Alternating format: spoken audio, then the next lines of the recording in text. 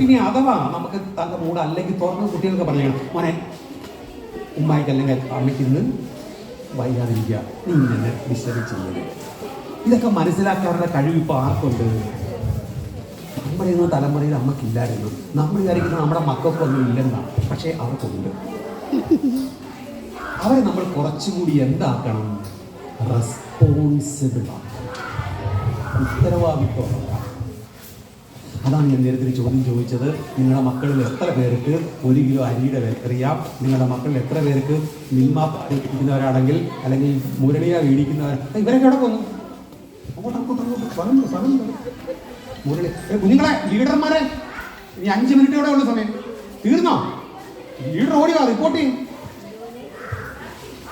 മുരളിയ പാല് മേടിക്കുന്നവരാണെങ്കിൽ പാലിൻ്റെ വില എത്രയാണ്, നമ്മുടെ വീട്ടിലെ നിത്യോപയോഗ സാധനങ്ങളുടെ വില എന്താണ് എന്ന് ആരറിയണം? മക്കൾ. ഏത് പിള്ളേരറിയണം? എല്ലാ പ്രായത്തിലുള്ള കുട്ടികളും അറിയണം. കാരണം എന്താണ്?